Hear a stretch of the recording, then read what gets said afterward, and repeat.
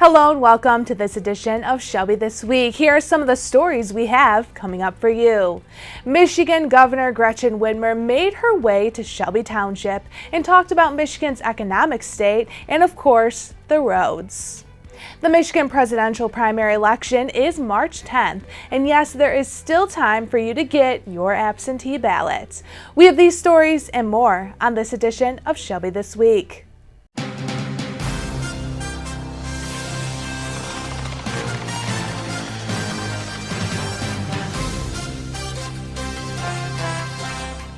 A woman was hit and killed at the intersection of Hall Road and Hayes early Monday morning. The woman was walking in the area at around 12:45 a.m. and was struck by a silver Toyota Camry. The driver, according to police, is cooperating and they believe alcohol is not a factor in the accident. He was released pending the outcome of the investigation. If anyone witnessed the crash, you are asked to contact the Shelby Police Department at 586-731-2121. Michigan Governor Gretchen Whitmer made her way to Shelby Township to talk about the Michigan budget and, of course, the roads. Kyle Warsbach tells us more on how the leader of Michigan plans to make improvements in the state. Governor Whitmer held her second governor's luncheon in Macomb County at Palazzo Grande. She discussed her $3.5 billion road bond and how it will impact Macomb County. $126 million of the bond will go towards projects on state-owned Macomb County roads, including the reconstruction of Hall Road from Romeo Plank to I-94 and road rehabilitation on M53 from 18 Mile to 27 Mile, both happening in 2021. While the governor has come under criticism for this move by the legislature, she says there is still more work to be done in Lansing.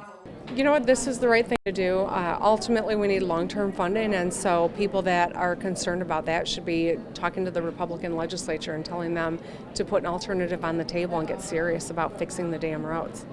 I'm doing everything I can unilaterally, but ultimately the legislature is responsible for your local roads, and they're going to continue to get worse.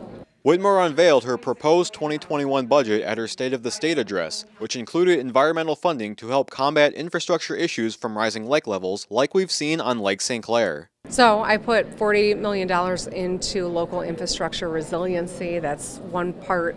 I think, are going to have a lot of challenges because there's a lot of water. We've never had a full freeze this year, and because of it, our ground is saturated, and this warming, while people are out wearing shorts, it's to me very concerning because we're going to see flooding and we're going to see challenges for local infrastructure, and that's another reason that I think the legislature needs to get serious about real infrastructure funding.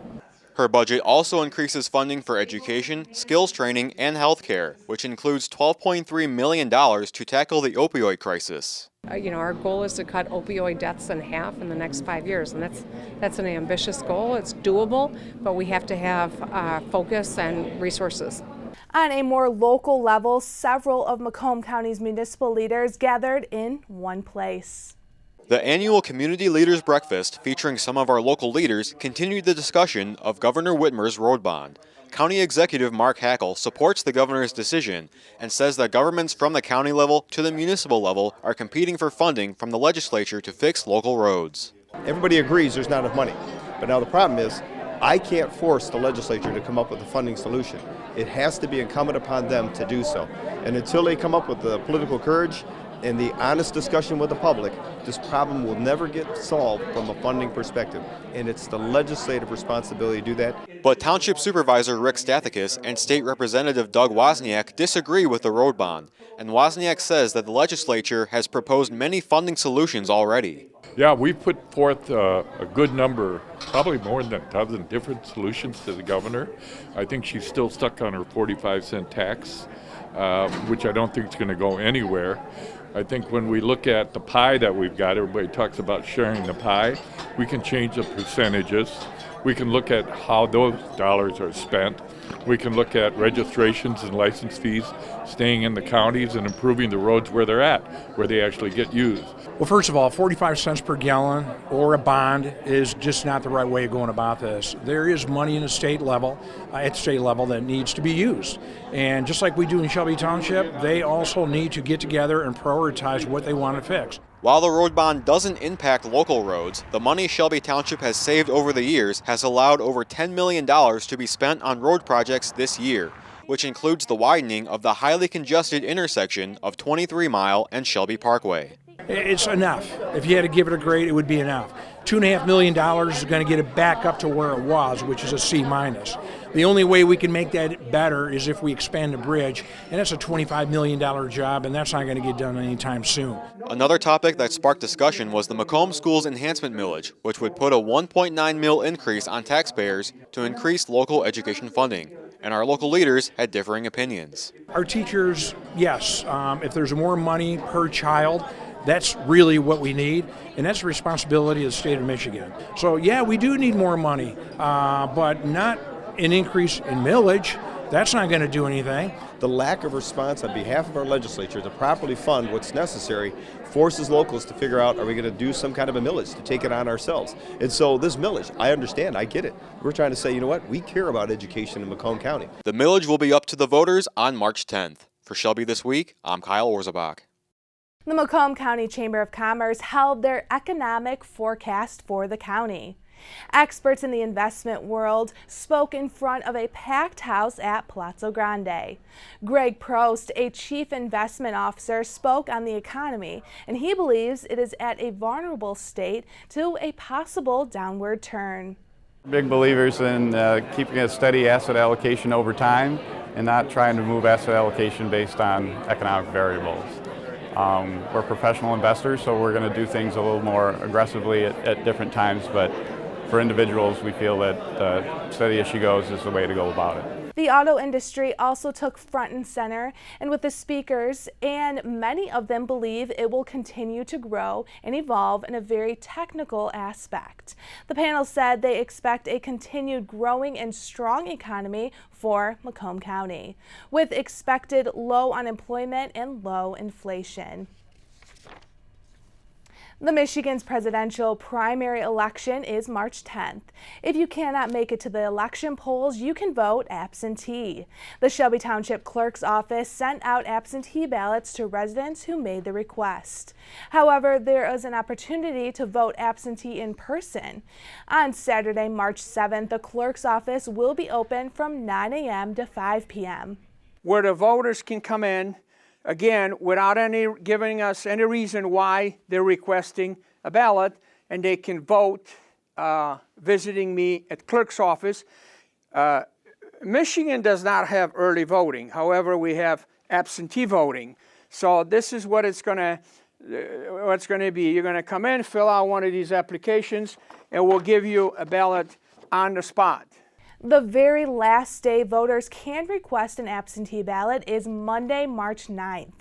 All of those ballots must be filled out in the clerk's office and turned in on that day in order to be counted. The clerk's office has seen a large increase in absentee ballot requests. For more information on voting in Shelby Township, visit the website on your screen. Macomb Community College has made transferring to a four-year university more convenient.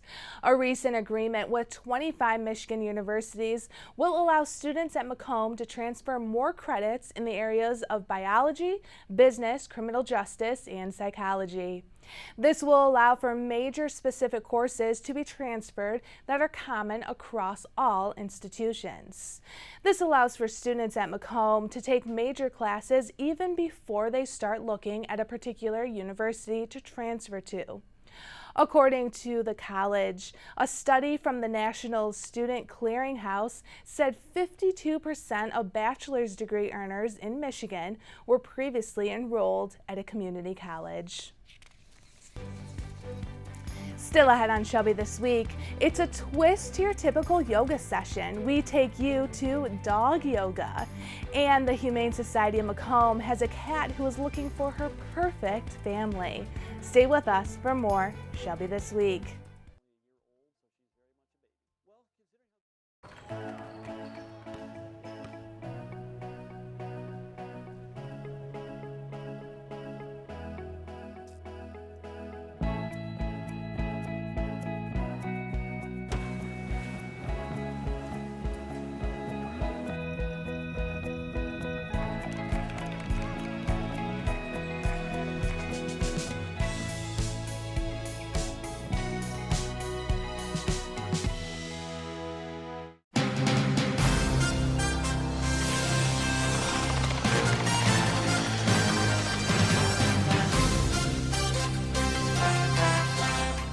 Couples planning a wedding this year, there is an event which could help you prep for your very special day. The Packard Proving Grounds is hosting their wedding show. On Sunday, March 29th, the show will feature caterers, florists, hotels, bakeries, and much more. There is an opportunity for couples to find inspirations for their wedding. There will also be couples who had their weddings at Packard Proving Grounds talking about their experience and offering insight into the planning process. The show is from 12 p.m. to 4 p.m. There is no cost to attend. For more information, visit packardweddings.org. It's a twist on the typical yoga class, and it's bringing happiness to this traditional exercise.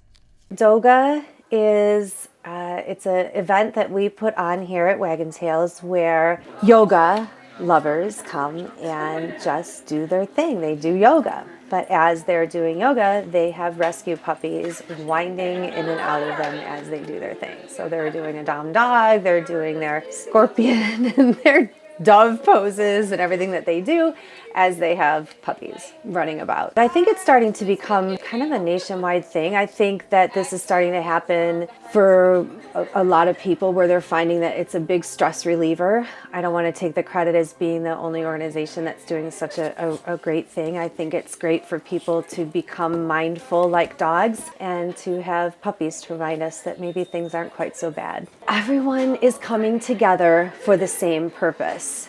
And to us, that's a beautiful thing. We just love that. We have a mission here that we will strive to reduce the number of dogs who are given away and euthanized every year due to treatable and preventable reasons. We live and breathe by those words, and I think the community feels that. They want to become a part of it, and so when they're here doing the yoga with those puppies and they see that they're actually helping us find homes, and at the same time we're sort of reducing stress together, it's pretty cool. Kids who are animal lovers might want to check out the Humane Society of Macomb this summer. A kids' summer camp will begin June 15th and will run until August 28th. The week-long camp will provide kids with an opportunity to learn more about animals.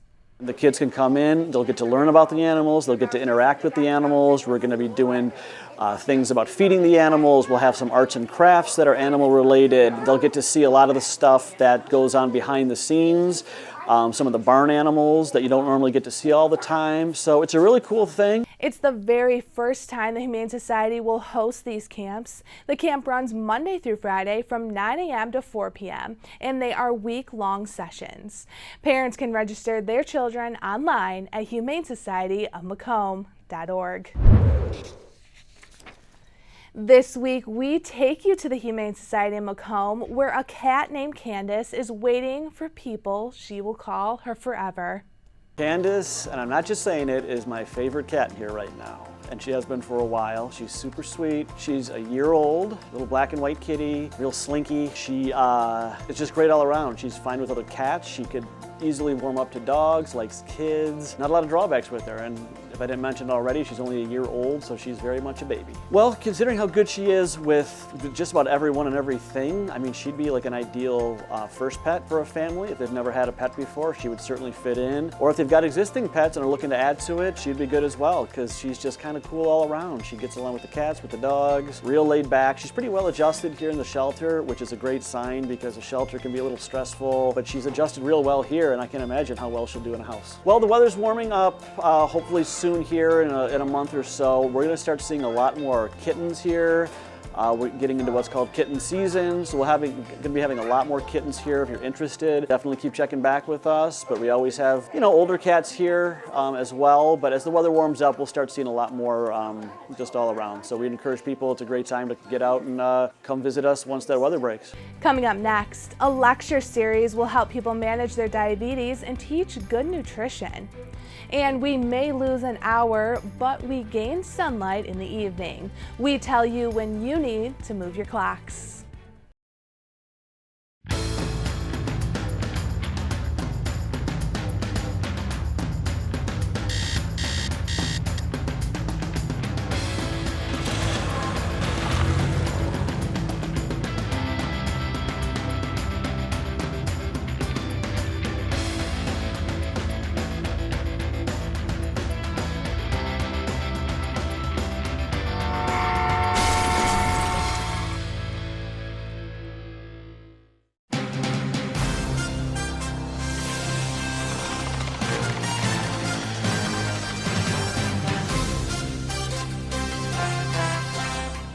Macomb County MSU Extension launched a Dining with Diabetes series, offering advice and support to people. Anyone who is pre-diabetic, type 1, or in type 2 can join the series. Experts will offer support to those who live with someone with diabetes as well. People who attend will learn to make healthier food choices and incorporate balanced menus into their dining experience. The MSU Extension program hopes to enhance self-management. The series begins on March 3rd and runs until March 24th. It is from 6 p.m. to 8 p.m. in the Assembly Room at the Macomb County MSU Extension Office. This is completely free, but a pre-registration is required. To register, contact Lauren at lrlin@msu.edu or call 734-727-7407. It's that time to spring forward. Daylight saving time is March 8th. At 2 a.m., be sure to move those clocks 1 hour forward. Although we lose an hour of sleep, there will be lighter evenings, which only means one thing. The spring and summer months will be here before we know it. So don't forget to change those clocks on March 8th. That's all we have for this edition of Shelby This Week. Remember, you can always watch us online or on Facebook. Just search ShelbyTV. We will leave you now with more scenes from Dog Yoga. Enjoy, and thanks for watching.